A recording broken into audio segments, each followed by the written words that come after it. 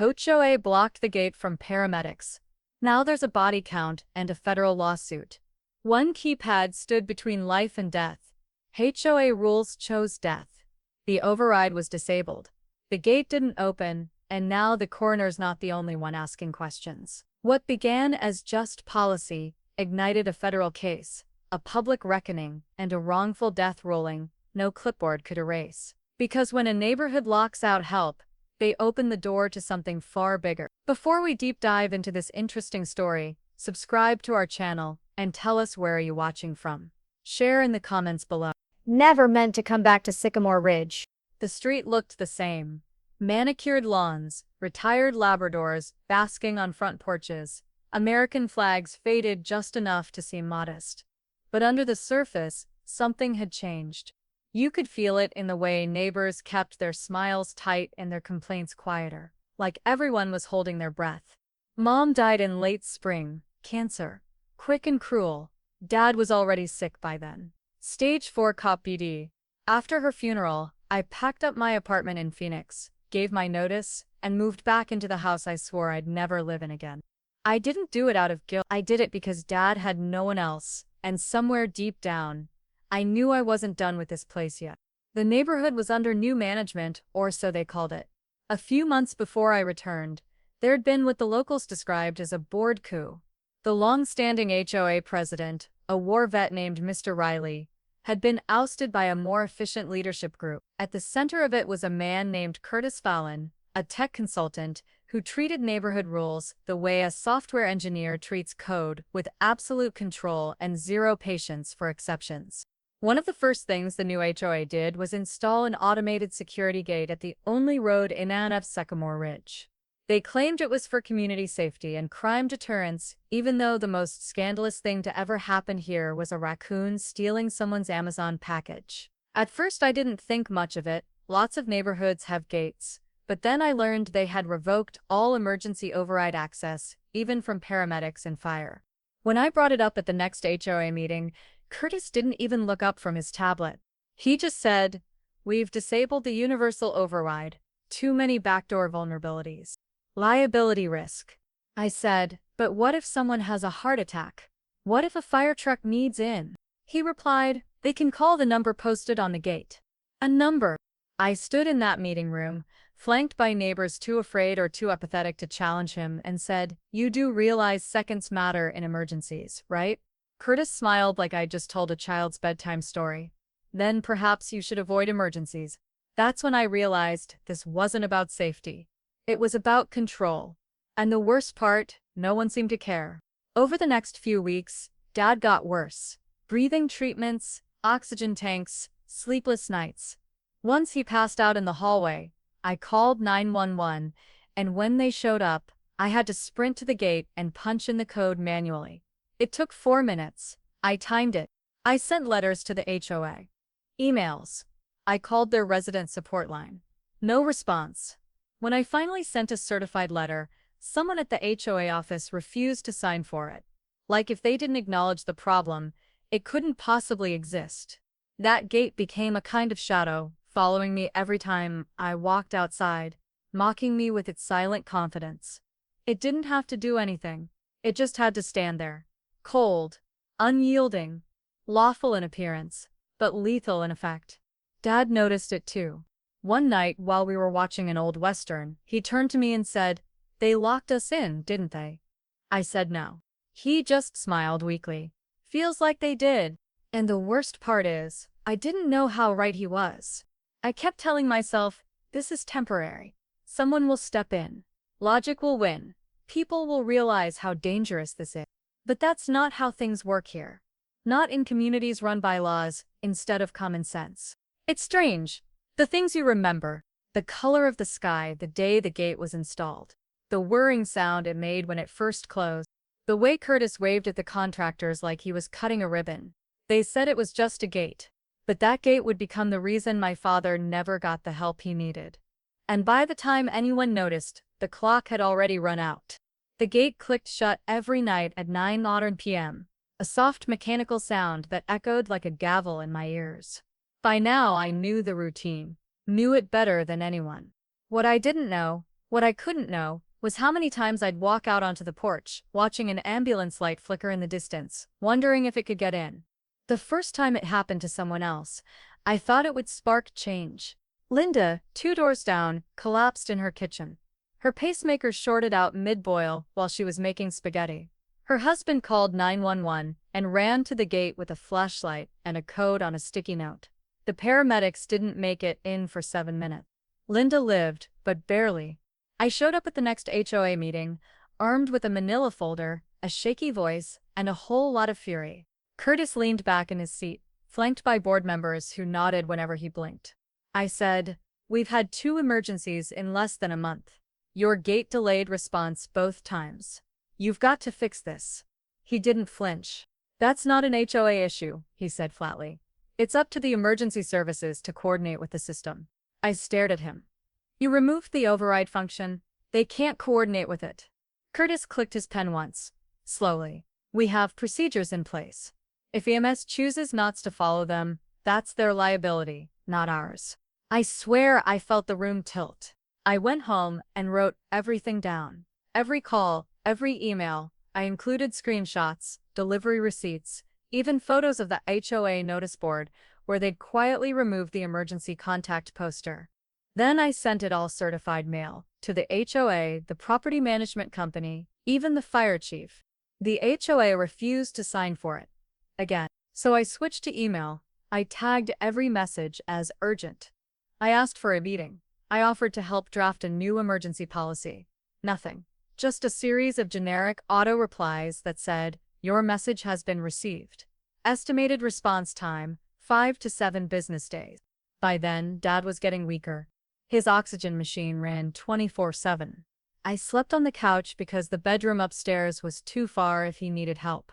He hated the dependence, hated the wheeze in his voice, hated the look in my eyes when I panicked, every time he coughed too long. One morning, I found him sitting on the porch, in his robe, just staring at the gate. He said, "Feels like we're prisoners here." I wanted to disagree, but I couldn't. I filed a complaint with the county's non-emergency code enforcement line. They said they'd look into it. I called the state EMS commission. They said, "We're not the authority for private infrastructure." Curtis had built a bureaucratic labyrinth around the gate, each step pushing the blame one rung higher, 1 degree further from accountability. That's when I started keeping a journal. Not just events, emotions. The tension in my shoulders, the sound of Dad's coughing fits, echoing down the hallway. The time I called Curtis's office and was put on hold for 17 minutes, only to be told he was traveling for a conference. I didn't know what I was building, but something told me I'd need the record. Then came that night. It was a Wednesday, 10:41 p.m. I just settled Dad back into bed after a rough coughing spell. He was breathing heavy but steady. I walked to the kitchen to pour a glass of water. That's when I heard it. The crash. A thud followed by silence. I sprinted down the hall. He was on the floor, not moving, lips pale, chest barely rising. I called 911, voice trembling. "My father's collapsed.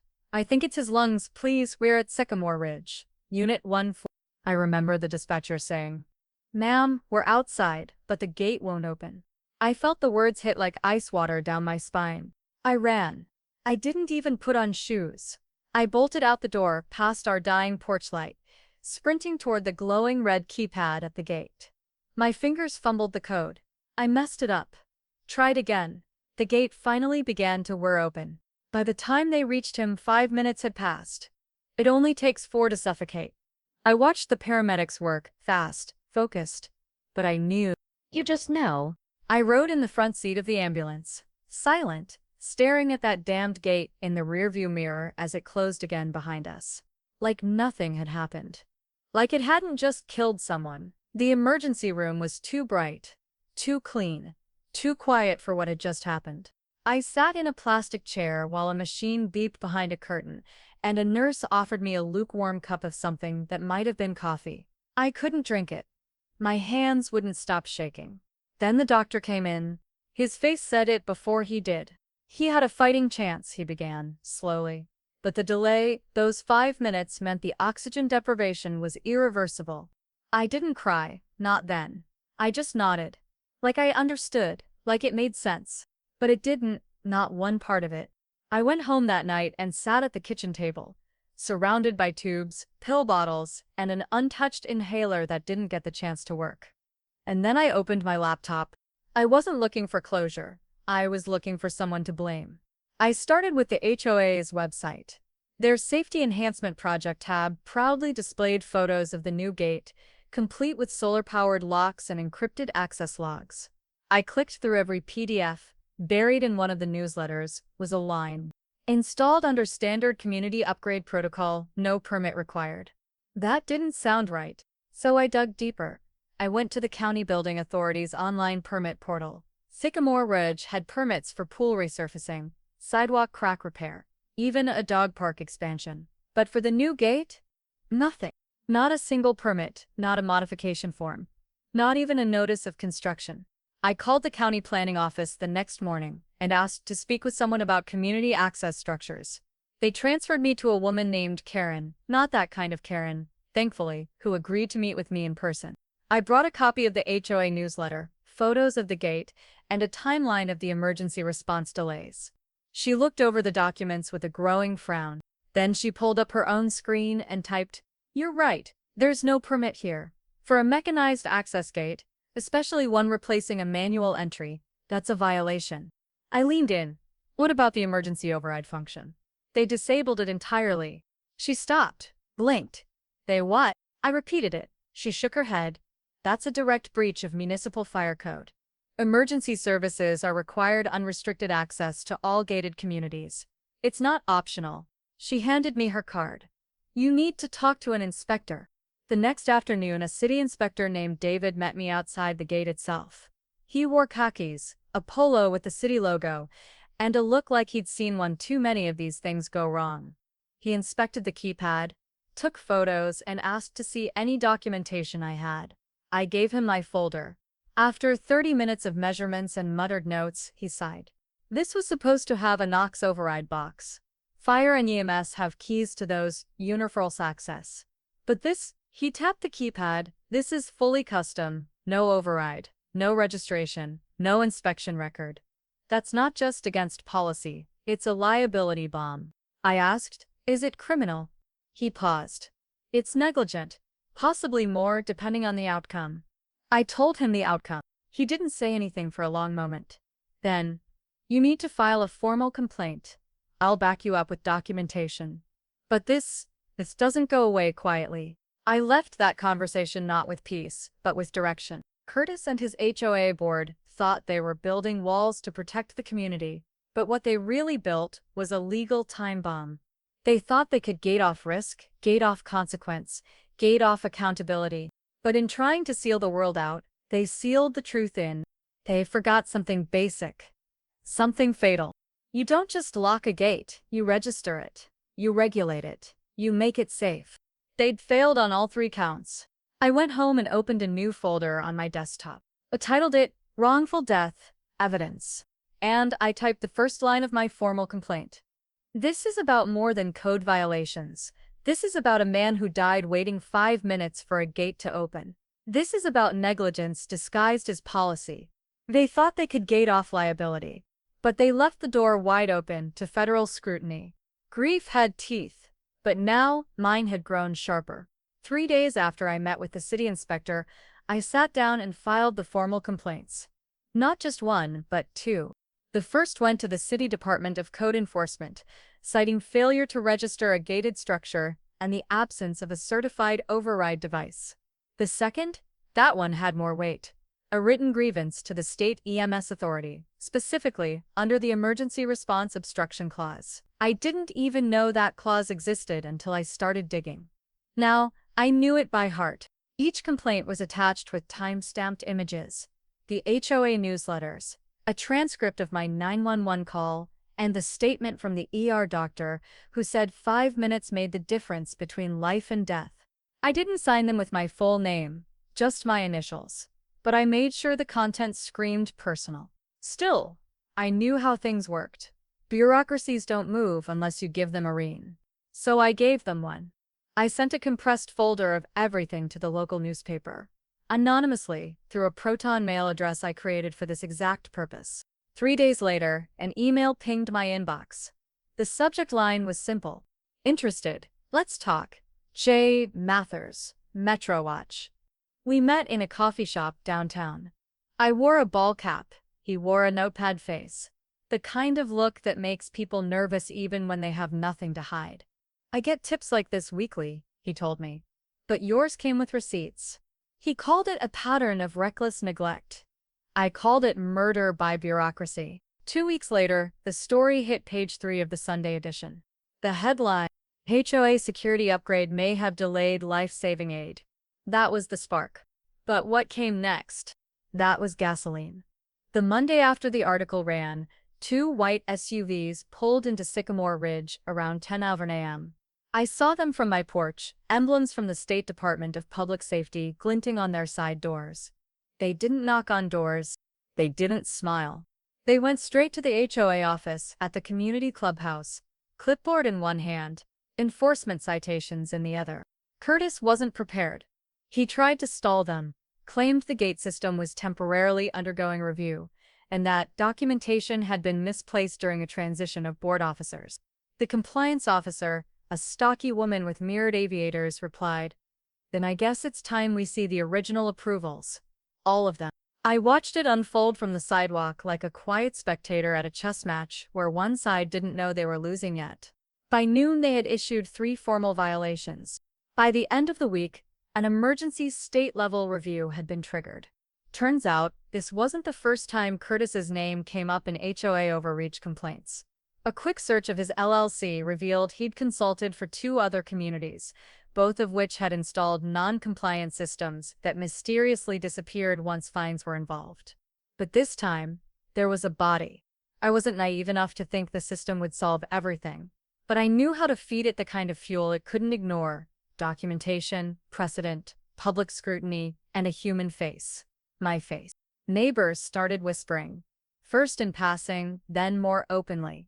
Some even came up to me at the moral box or during trash pickup, asking if it was really true what they said in the paper. I didn't confirm. I didn't need to. Curtis, once smug and untouchable, began missing HOA meetings.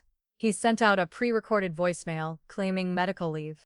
But we all knew the state had shown up. And this time they weren't taking excuses. I wasn't just a grieving daughter anymore.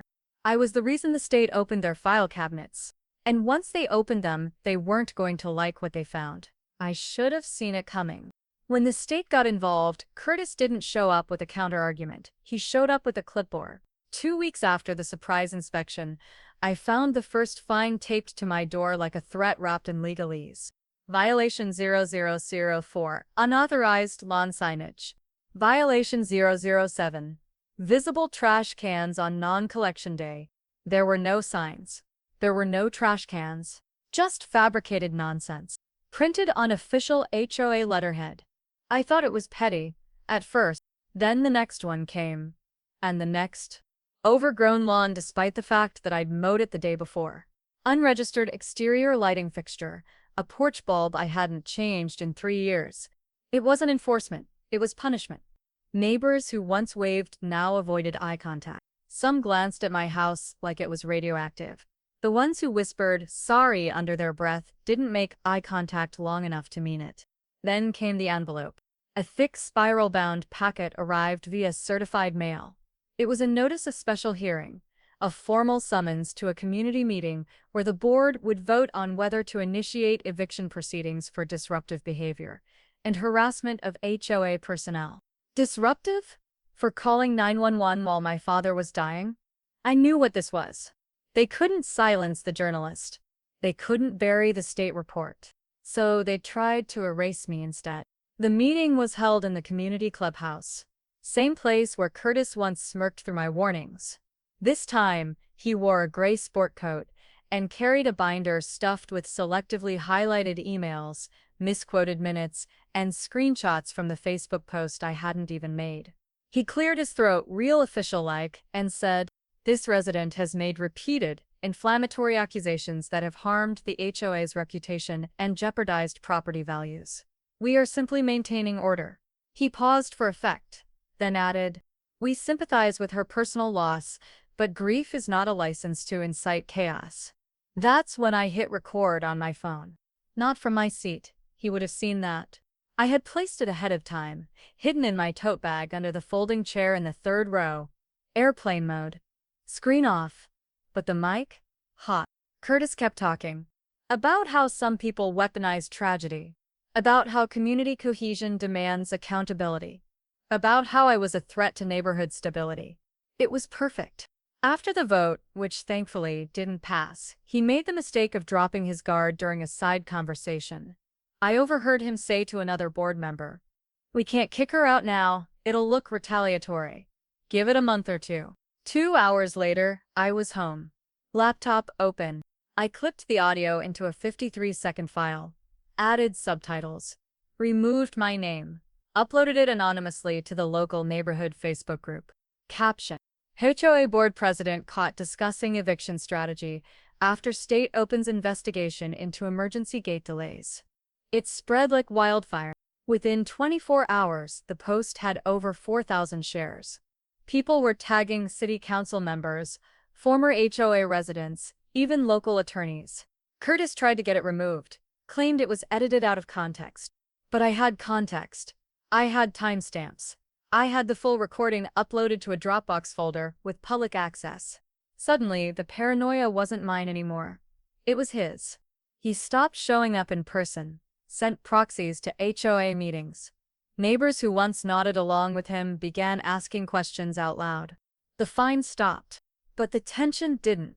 There were still cars parked too long outside my driveway. Still anonymous complaint emails sent to the city, claiming improper lawn drainage or excessive porch light brightness. Still a feeling tight in my chest that I was being watched. But I wasn't backing down. They tried to paint me as unstable, but my phone recorded the brush in their hand. And now, the whole neighborhood could see the picture. It stated the cause of death as acute respiratory failure due to oxygen deprivation. Time of incident, 10:41 p.m. Time EMS made patient contact, 10:47 p.m. 6 minutes. 4 too many. By the next morning, Danielle called me back. "We'll take the case," she said, pro bono. I didn't ask why. I didn't need to. People like Danielle don't take cases they think they'll lose. And this one, it wasn't just personal. It was precedent. Over the next month, her team did what I couldn't. They subpoenaed. From public records, they uncovered 3 additional emergency delays in Sycamore Ridge in the past year. 2 cardiac events and 1 diabetic coma. All 3 had 911 dispatch logs that noted delayed access at gated entry. All 3 victims survived, but barely, and none of those incidents were ever reported by the HOA. Then came the forensic digital dive. The gate system's access logs, quietly hosted on a private server by a Curtis-affiliated vendor, showed clear, indisputable patterns of override failures. More damning still, a software update was pushed to the system 3 weeks after my father died, labeled Immersion Response Override Reactivation, an update Curtis never disclosed. That's what sealed it. We filed a federal lawsuit. Deprivation of rights under color of law. It wasn't just a civil complaint. It was a constitutional accusation.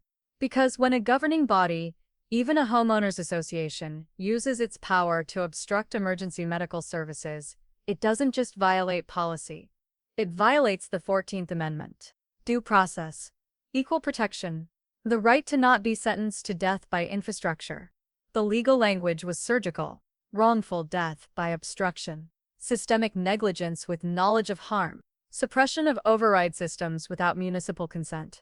Retaliatory harassment of a reporting resident. The suit landed like a grenade. HOA issued no statement. No denial. No counterclaim. Just silence. Curtis vanished. No emails, no press appearances. Rumor had it he'd gone on sabbatical, which is HOA speak for lawyered up. But for the first time in months, I wasn't the one being hunted. I was the one circling. Danielle's office gave me weekly updates, each one tighter, colder, more surgical than the last. She never sugarcoated the uphill battle, but she never blinked either. "You understand this could drag on," she told me one evening, as we reviewed filings. "I've got time," I said. It wasn't about revenge. Not anymore. It was about making sure no one else ever had to scream into a phone while paramedics sat trapped outside a keypad. They didn't just lock the gate. They locked out the Constitution. And now, we were about to kick the door wide open. It started with a headline. HOA gate delays paramedics, resident dies waiting. Jane Mather's follow-up hit the front page of the Sunday edition. Not a sidebar, not the local column. Page 1. It wasn't just the story anymore. It was the photo. The wide shot of the gate shadowed by morning light, cold steel bars stretching across the road like prison bars. Below it, the caption read, "A gate built to protect but never opened in time." By Tuesday, CNN called. I don't know how they got my number. I almost didn't answer. But when the producer said, "We're covering systemic EMS obstructions nationwide," something in me clicked. This wasn't just Sycamore Ridge anymore. It was happening everywhere, in gated condos, in senior communities, in private developments too obsessed with optics to think about access. 3 days later, a formal request landed in my inbox from the U.S. Congressional EMS Oversight Committee.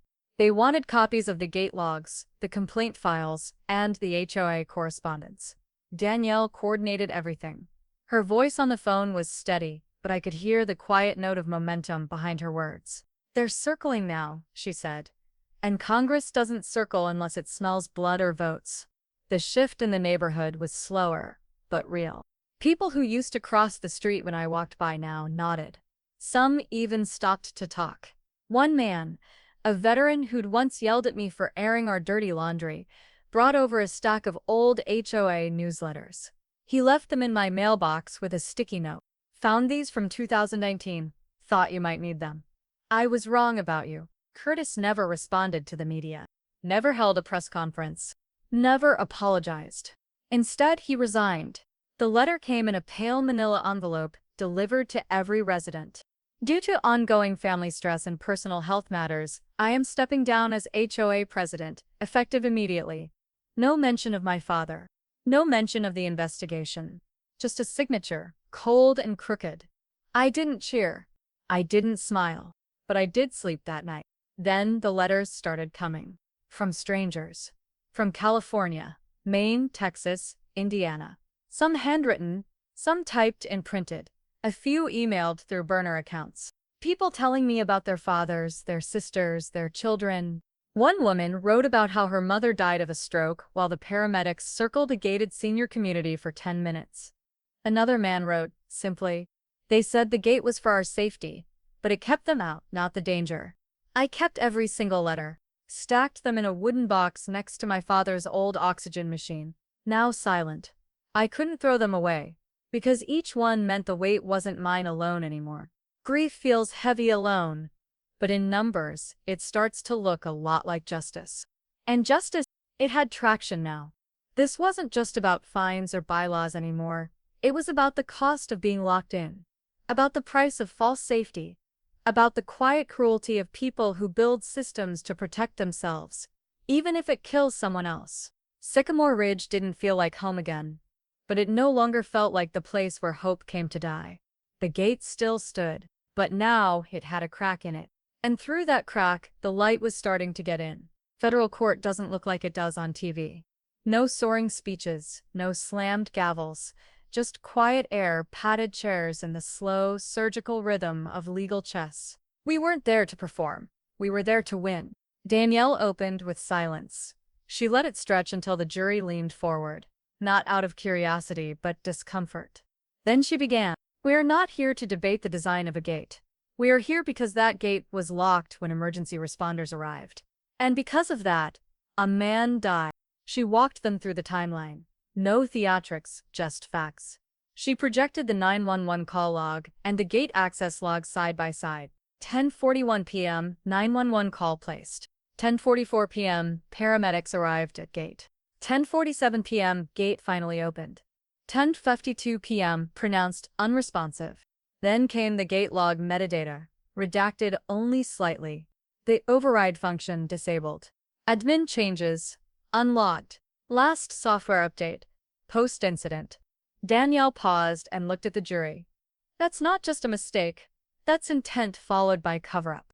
The HOA's insurer tried to settle the week before trial. Quietly, generously, enough zeros to make most people blink. But I didn't come here for money. I came for record. For ruling. For reckoning. We refused. Curtis showed up in a wrinkled suit and borrowed humility. His new legal team tried to argue that the board had no idea the override feature was essential, that the gate was installed by a contractor, that no one could have predicted the tragic timing. Danielle waited until cross-examination to end that fantasy. She handed him the override manual, the one the contractor provided, with a signature line marked "Received by Curtis Fallon." "Did you read this manual before you authorized the override function to be disabled?" He hesitated, blinked. "I skimmed it." Danielle raised one brow. "So you were aware of the override protocol?" Curtis tried to pivot. "I didn't think it was necessary." The jury didn't need coaching. They were already writing the ending in their heads.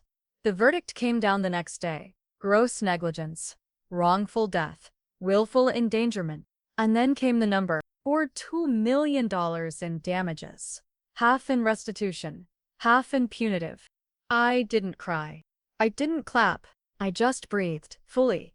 For the first time in over a year. Curtis didn't look at me as the ruling was read. His lawyer did. And when the judge asked if I had any closing remarks, I stood and said just this. "You built a gate that locked out help. I hope this ruling opens more doors than it closes." After the ruling, Danielle and I sat in a quiet cafe 3 blocks from the courthouse.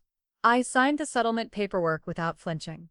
Then I asked her to write in one stipulation on the disbursement. 1/3 of my award, $1.4 million, was to be directed into a new nonprofit fund. Its mission to train emergency responders in non-compliant gate entry techniques, fund public access override legislation, provide legal aid to families impacted by delayed EMS response in gated communities. I named the fund after my father's call sign from the Navy, Echo 7 Response Trust, because next time, they won't have to wait at the gate. The money would never bring him back. But maybe, just maybe, it could make sure someone else didn't have to stand at a locked gate with their heart breaking and a siren screaming on the other side. The courtroom was empty now, but the echo of that ruling, it was just getting started. The gate didn't fall in a blaze of fury or a final act of defiance. It was dismantled slowly, quietly, piece by piece. A crew came out on a rainy Thursday morning, 3 men in high-vis jackets, none of them speaking much as they unbolted the panels, one after the other. No crowd, no ceremony. Just a quiet acknowledgement that something broken was finally being taken down. The court placed the Sycamore Ridge, HOA, under supervised oversight for 3 years. All board meetings were now recorded, all financials transparent, and no structural changes allowed without municipal review. Curtis, gone, moved out in the middle of the night, his name scrubbed from the mailbox before sunrise. What stood in the old Gates place wasn't much, a modest swing gate with a city-registered NACIS override box, hardwired to fire and EMS. It wasn't impressive, but it didn't need to be. It opened, and that was enough. I still live here. People wave now. It's strange how small gestures can carry so much weight. How a nod from a neighbor or a casual morning at the mailbox can feel like reparations. Some of the same folks who once looked away now stop to ask about the fund, or share stories of their own close calls. One woman told me she made her teenage son memorize the emergency override code. Another said she planned to run for a board seat, just to keep the next Curtis in check. But it's not the conversations that stay with me. It's the silence where fear used to live. There's a bench now, just to the right of where the gate once stood. It's made of reclaimed wood. Dad's old workbench, sanded down and sealed. I planted wildflowers around it. Nothing manicured. Nothing artificial. The plaque on it reads, "In memory of those who waited too long." Sometimes I sit there with a coffee in the early morning and just listen to the wind, the birds, the hum of a world that finally feels a little more open. Sometimes passersby read the inscription and pause. And sometimes they don't. That's okay. This story was never about revenge. It was about truth, the kind that doesn't need a headline or a verdict to matter. The kind that changes things, slowly but permanently. They thought a gate would keep trouble out. But all it did was trap the truth inside. Now the truth is free. And so, in a way, am I. Ever lived behind a gate and assumed you were safe? Because sometimes, the real danger isn't outside. It's written in the bylaws. If you think this couldn't happen in your neighborhood, check who holds the keys. This story was just one gate. The next one could be yours.